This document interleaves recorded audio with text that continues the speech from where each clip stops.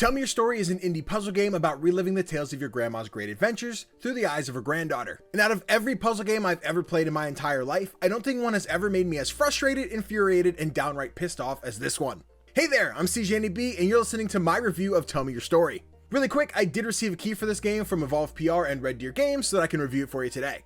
And before we get started, please do me a favor and like the video so I can continue to review and discuss indie games for you and your grandma, even if she falls asleep while listening to this. Just take her phone and like the video for her, okay? Thanks. Now, let me tell you my story about Tell Me Your Story.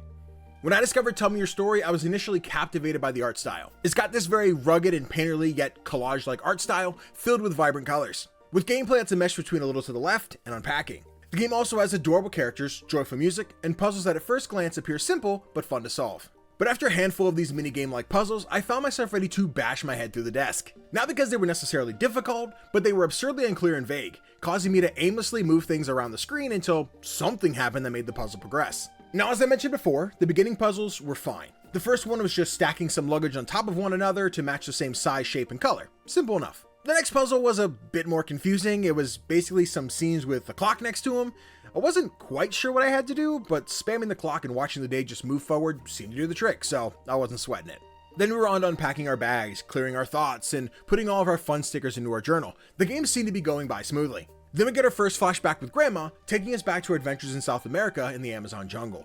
The first major stop that I had was a puzzle that was clearly about revealing the snake by playing match 2 with some leaves. So I'd already cleared most of the stage, but for some reason I just couldn't finish it. It seemed like none of the leaves that were left were going to match up with one another. Even after I went through the process of matching every single leaf on the screen, even though it was very clear that these 2 leaves were the ones I need to match. But still, no dice. So I decided to use my first hint, which told me exactly what I already knew. Match the leaves. Well, dang, now what? Do I just reset and start again? Or should I maybe... Wait, that one just wiggled. Now it works? Huh? Okay, weird. Whatever happened, the puzzle was now complete and I could just move on to the next one. But this was just the fuse that would start the stick of dynamite that would lead to the eventual migraine that is Tell Me Your Story. The puzzles from here on out continue to get more and more confusing with less and less description. Puzzles that appeared to just be throwing random flowers together until they made a pair and playing hide and seek with some animals were sort of whatever. But then we had the lily pad puzzle. On the screen are 8 lily pads that I have to do something with, but I noticed each lily pad had a certain number of water droplets on them. 2, 3, 4, or 5. Easy, just match the ones that have the same number of droplets, right? No? Okay. Maybe match them in a different direction. Still no? Damn it. Okay, let me just use my hint. Oh, just make the pairs look at each other. Okay, the droplets mean literally nothing. Cool, got it. Moving forward, I was starting to pick up the puzzles and get them done a lot quicker, making me think that I was finally getting this game. Oh boy, was I wrong. Skipping past a few puzzles that now made total sense to my already broken brain, we get to the leaf puzzle. No, not this leaf puzzle, this leaf puzzle. At first glance, the goal is to pick tea leaves and put them in the basket. After grabbing a bunch of these leaves and not moving on, I finally noticed a key at the top of the screen. Only take the left leaves, I think? So I started only grabbing the leaves facing the left. But after about 30-40 more of those, that still wasn't it. Fine, I'm broken, just give me the hint. Oh, I'm out of hints. Great.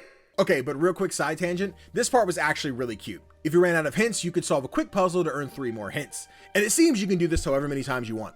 It does appear that this teacup is the only puzzle available, but it's kind of nice, so we'll deal with that. Until the hint that I redeemed makes no freaking sense. What is this, huh? Put the leaves in the basket like I've been doing for like 15 minutes? Or is it I have to put the left leaves in the left side of the basket and the right leaves in the right side of the basket? But how does that work? It's one basket. It's not split down the middle. How do you decide which side takes the... All right.